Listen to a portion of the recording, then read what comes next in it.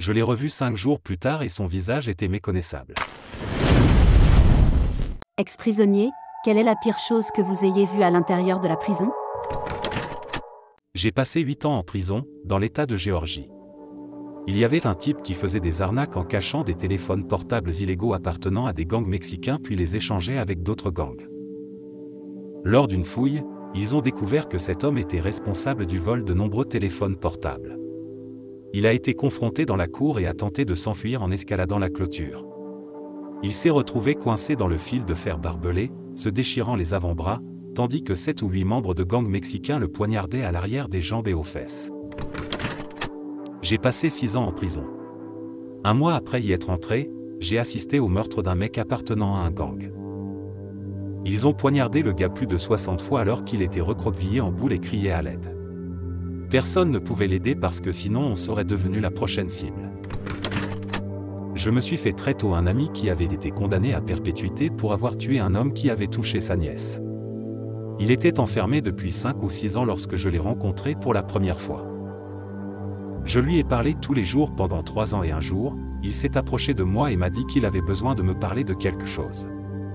Nous avons fait un tour et il m'a dit que sa femme l'avait quitté et qu'elle n'emmenait plus sa fille le voir. Il commençait à pleurer et je ne savais pas ce que je pouvais faire pour l'aider, alors je l'ai laissé pleurer et je lui ai dit de ne pas se laisser abattre, que peut-être elle reviendrait. Nous continuons notre journée et tout semble normal. Cette nuit-là, il m'a réveillé, il dormait dans la chambre d'en face, en pleurant. Je me suis levé pour lui parler et il m'a dit qu'il voulait mourir et qu'il était content que je sois debout parce qu'il ne voulait pas être seul. Je commence à appuyer sur le bouton d'alarme de ma cellule et à appeler un gardien, mais personne ne vient, et je dois regarder pendant qu'il détache son miroir du mur. Il a mis ses draps et sa couverture comme une grande robe et il s'est taillé le ventre avec son miroir. C'était difficile de voir grand-chose à cause des couvertures et de l'obscurité, mais je pouvais sentir son sang. Puis il a mis le feu à ses couvertures. Les policiers sont arrivés lorsque le détecteur de fumée s'est déclenché, mais ils sont arrivés trop tard. Ce n'est pas la chose la plus folle que j'ai vue, mais c'est une norme sociale en prison qui existe quotidiennement. Je n'oublierai jamais à quel point les branleurs étaient socialement acceptés. Par exemple, quelqu'un portait un manteau ou un sweat à capuche, puis est fixé une surveillante pour se branler. Parfois assis sur un banc, parfois dans la salle de télévision, personne ne sourcille. Une fois, un mec a dit « Hey, tu peux te déplacer d'une rangée ?» Elle sait que je la regarde et il n'a pas hésité à se branler sur une femme laide d'une 60aine d'années. C'est vraiment la merde, mais au bout d'un moment, on se rend compte que certaines personnes sont devenues folles là-dedans. C'était dans une prison féminine en Angleterre. J'ai vu une femme se faire maintenir par 2 autres pendant qu'une 3e femme enfonçait sa main dans le vagin de la femme pour vérifier si elle n'avait pas caché un paquet de drogue, c'était dans les douches communes. J'ai vu quelqu'un casser une petite branche d'arbre dans la cour, la faire sécher au soleil, l'aiguiser jusqu'à la pointe sur le béton et poignarder un homme dans le dos 4 fois. Il a dû être transporté en hélicoptère à l'hôpital parce que la branche avait perforé son poumon. Bien qu'il ne s'agisse pas d'une prison et qu'il s'agisse certainement d'un cas bénin en comparaison, la pire chose que j'ai vue en prison était le refus d'autoriser les gens à utiliser les toilettes. Nous étions 6 à attendre 12 heures dans une petite ville et nous avons été placés dans une cellule en béton avec des toilettes. Chaque fois que nous nous levions pour aller aux toilettes, un officier nous criait de nous rasseoir. Ceux qui désobéissaient étaient menottés de force et déplacés ailleurs, souvent en train de se pisser dessus pendant qu'ils marchaient. On parlait d'un homme qui avait agressé sa propre fille. Des gars lui ont préparé une tasse de café du matin. Le café du matin consiste à prendre une bouilloire, à y verser de l'huile de cuisson, à la faire chauffer et à y ajouter beaucoup de sucre, puis à la jeter au visage de quelqu'un. C'était très désagréable à voir et à entendre. C'était en détention juvénile. Même s'il n'était pas vraiment méchant, il y a ce gars qui a fait semblant d'être tombé dans la douche et s'être cogné la tête. Après son retour de l'hôpital, il a soudainement oublié comment parler et a perdu la mémoire. Il communiquait en gémissant et ça a duré quelques semaines. Tous les mois, vous étiez évalué et le temps qu'il vous restait ainsi que vos progrès étaient passés en revue. Je suppose qu'il pensait que cet acte lui vaudrait d'être renvoyé chez lui. Le personnel a fini par se lasser et, lors de l'évaluation, lui a dit que puisqu'il ne se souvenait de rien, il devrait refaire tout son temps parce qu'il n'avait manifestement rien appris pour être réhabilité. Ce jour-là, il a miraculeusement retrouvé la mémoire. Je n'ai pas été prisonnier, mais j'ai travaillé dans une clinique pénitentiaire pendant quelques semaines au cours de mes études de médecine. J'étais sous la tutelle du médecin généraliste de la prison. Un homme est venu à la clinique pour une visite de routine, il avait une colostomie, une ouverture créée par voie chirurgicale au niveau de l'abdomen permettant l'évacuation des selles. Nous avons fait l'examen médical et le patient était sur le point de partir. Le médecin généraliste qui m'encadrait m'a demandé de vérifier rapidement sa colostomie. Le patient a maladroitement enlevé une partie de son sac et il avait des ampoules rouges qui suintaient du liquide autour de sa stomie. J'étais totalement désorienté et le type est parti très vite. Le médecin généraliste a simplement haussé les épaules. Plus tard dans la journée, j'ai demandé au médecin généraliste ce qui se passait. Apparemment, les autres prisonniers avaient baisé le trou de colostomie de ce type et il avait contracté un herpès de la colostomie par l'intermédiaire des autres prisonniers. Cela me hante encore aujourd'hui. J'ai vu un se faire défigurer à cause d'une partie de cartes. Le mec a perdu, alors il a donné un coup de poing à celui qui était en face de lui. Une minute plus tard, il s'est mis sur lui et a probablement reçu une dizaine de coups avant que le maton ne les sépare. C'était mon premier mois là-bas et ça m'a donné envie de ne plus quitter ma cellule. Mon oncle a été incarcéré pendant 17 ans pour des accusations liées à la marijuana. Il était dans le même quartier que deux autres hommes portant le même nom que lui, tous deux condamnés à 7 ans de prison. L'un d'eux avait tué un homme et l'autre était un pédophile. Un jour, alors que mon oncle se trouvait dans les douches, un groupe de gars qu'il avait pris pour un agresseur d'enfants s'apprêtait à infliger la justice carcérale au mauvais gars. Il s'est rapidement rendu compte de la situation, a sprinté nu hors des douches pour attraper ses papiers afin de montrer au gars qu'il n'avait pas le bon gars.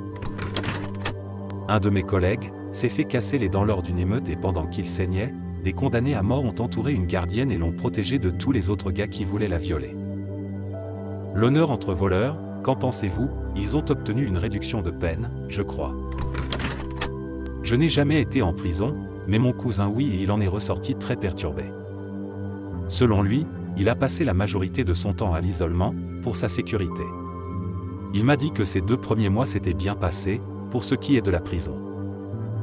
Mais un jour, pour une raison quelconque, un type qui avait été séparé de la population générale a été accidentellement mis avec le reste des prisonniers, sans surveillance, et quelques prisonniers l'ont attrapé et lui ont piétiné les coudes et les jambes pour les briser avant de le sodomiser avec des couteaux. Mon cousin a dit que ces types avaient fait tout cela en un instant et qu'ils l'avaient menacé s'il parlait. Mon cousin a été interrogé plus tard par certains gardiens avant qu'il n'emmène les types qui avaient fait cela et certains ont donc pensé qu'il avait parlé. Il dit que ce n'était pas le cas, mais que ça n'avait pas d'importance parce que les gardiens l'avaient mis en isolement pour sa sécurité et qu'il y est resté des mois de plus, parce qu'ils ne voulaient pas dénoncer et qu'ils ont essayé de l'accuser d'être complice. J'ai passé un certain temps dans une prison cambodgienne et une prison américaine. La pire chose que j'ai vue dans le système américain, c'est le transfert de femmes gravement malades mentales vers un établissement de santé mentale où elles sont jugées aptes à être jugées, puis renvoyées en prison. Elles étaient prises dans cette boucle sans fin. Le personnel de la prison s'est moqué de moi parce que j'étais transgenre. J'ai été enfermé à l'isolement pendant des mois sans raison. Une organisation caritative s'est impliquée et m'a aidé, j'étais innocent. En général, les autres détenus sont plus gentils et plus humains que le personnel, avec des exceptions notables des deux côtés. J'ai fait partie de l'équipe de nettoyage et j'ai dû nettoyer des cellules d'isolement couvertes de sang et d'excréments du début à la fin. Au Cambodge, j'ai vu des personnes souffrir de crises d'épilepsie sous le regard curieux du personnel de la prison, qui ne faisait rien. J'ai vu la corruption rampante, mais elle était en fait en ma faveur, mes amis m'apportaient de la nourriture et des médicaments en soudoyant les gardiens.